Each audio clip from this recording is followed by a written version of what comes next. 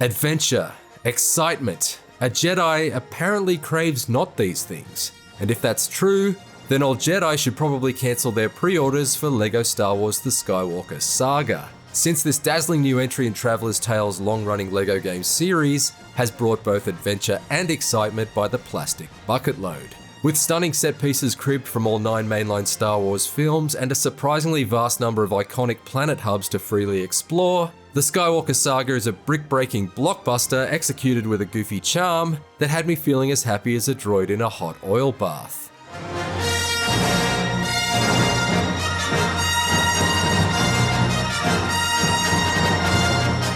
In a dramatic departure from the zoomed-out camera perspective of previous LEGO titles, The Skywalker Saga features a tighter over-the-shoulder third-person view, and it brings along with it far greater control over your attacks.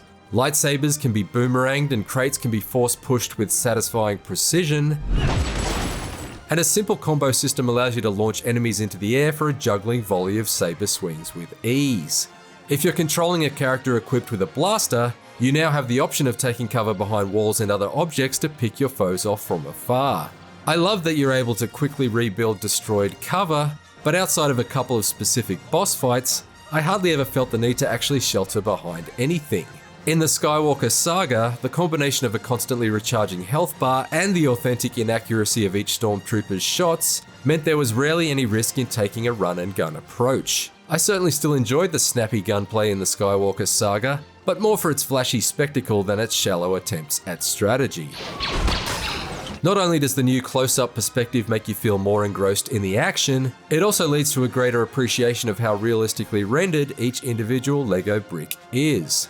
2021's Hot Wheels Unleashed set a new standard for high-fidelity virtual plastic, and the Skywalker Saga certainly matches it down to every last plastic seam and textured hairpiece. Absolutely every LEGO creation looks so uncannily true to life that when you blast an immaculately assembled TIE fighter out of the sky, you can almost hear the cries of anguish from the parent who spent their whole Sunday afternoon helping their kid build it. Master, General Grievous's ship is directly ahead.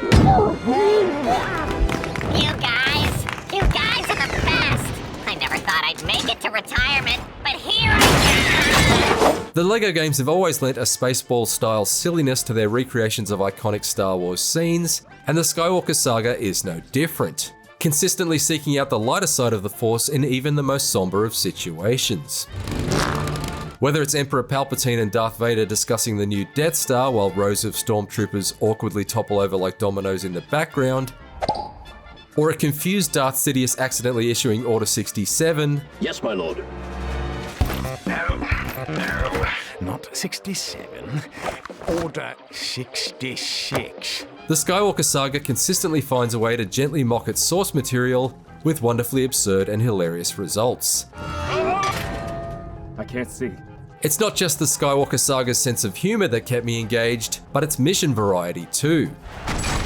Though never quite as daring or inventive as 2021's It Takes Two, the 45 main story levels constantly switch things up so that the action never grows stale. The Skywalker Saga is capable of delivering mindless carnage on a massive scale, like when the Battle of Naboo briefly blossoms into a thrilling game of tower defense. Yet it can also be more focused and cerebral, such as when Rey enters the Mirror Cave on Temple Island, and you carefully puppeteer her reflections in order to activate exit portals. This is on top of the fan-pleasing standards, of course, and the Skywalker Saga does indeed feature levels designed around high-speed pod racing, X-Wing trench runs, and all the major lightsaber duels you'd expect. But even at its most familiar moments, the campaign is still a blast to play, because it feels so smooth and is such an eye-popping sight to behold. Chewie, get us out of here! They were the droids we were looking for. Each story mission is connected by surprisingly sizable hub areas situated on some 20-odd different planets, from the sand-swept streets of Mos Eisley on Tatooine, to the polished surfaces of Coruscant's financial district, and everywhere in between. These open areas are absolutely rife with hidden kyber bricks to collect by solving various environmental puzzles, and while you do see some repeated tasks across the galaxy, there are plenty of other fun little surprises to stumble upon along the way. I particularly enjoyed playing a game of Lemmings with a hapless clone on Kamino, or arranging a choir of Wookiees on Kashyyyk to angrily yawn a rendition of John Williams' signature score.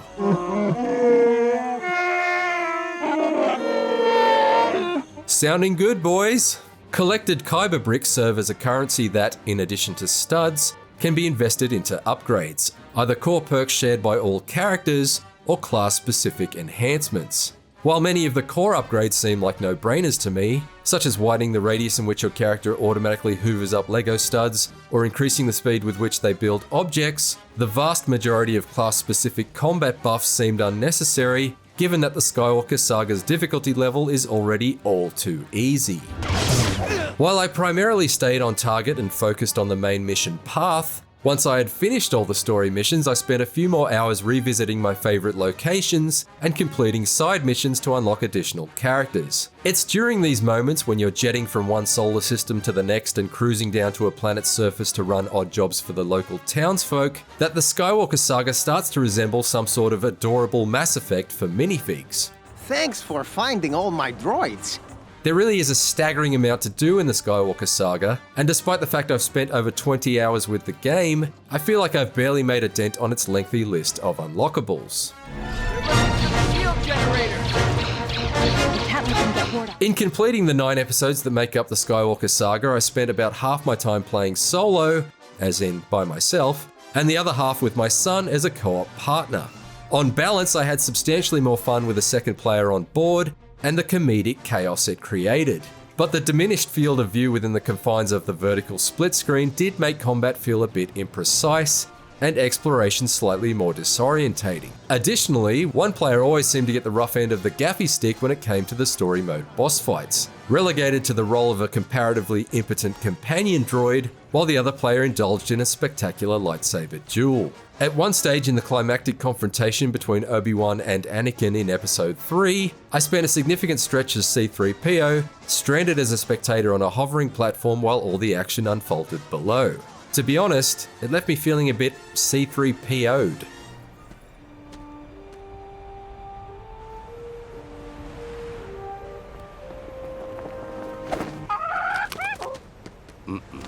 LEGO Star Wars The Skywalker Saga provides some rollicking reimaginings of Star Wars' most iconic moments, and seats them inside a series of interplanetary playgrounds that are dense with discovery and entertaining diversions. Certain elements, like its upgrade and cover systems, feel somewhat superfluous, and co-op has some notable drawbacks. But there were otherwise enough laugh-out-loud gags and surprising shifts in gameplay to keep me thoroughly engaged from the opening crawl of Episode 1 all the way through to the end of Episode 9, which is more than I can say for the actual movies. For more IGN reviews, check out our verdicts on Weird West and Tiny Tina's Wonderlands. For everything else, stick with IGN. Promise me you will train the boy. Yes, Master.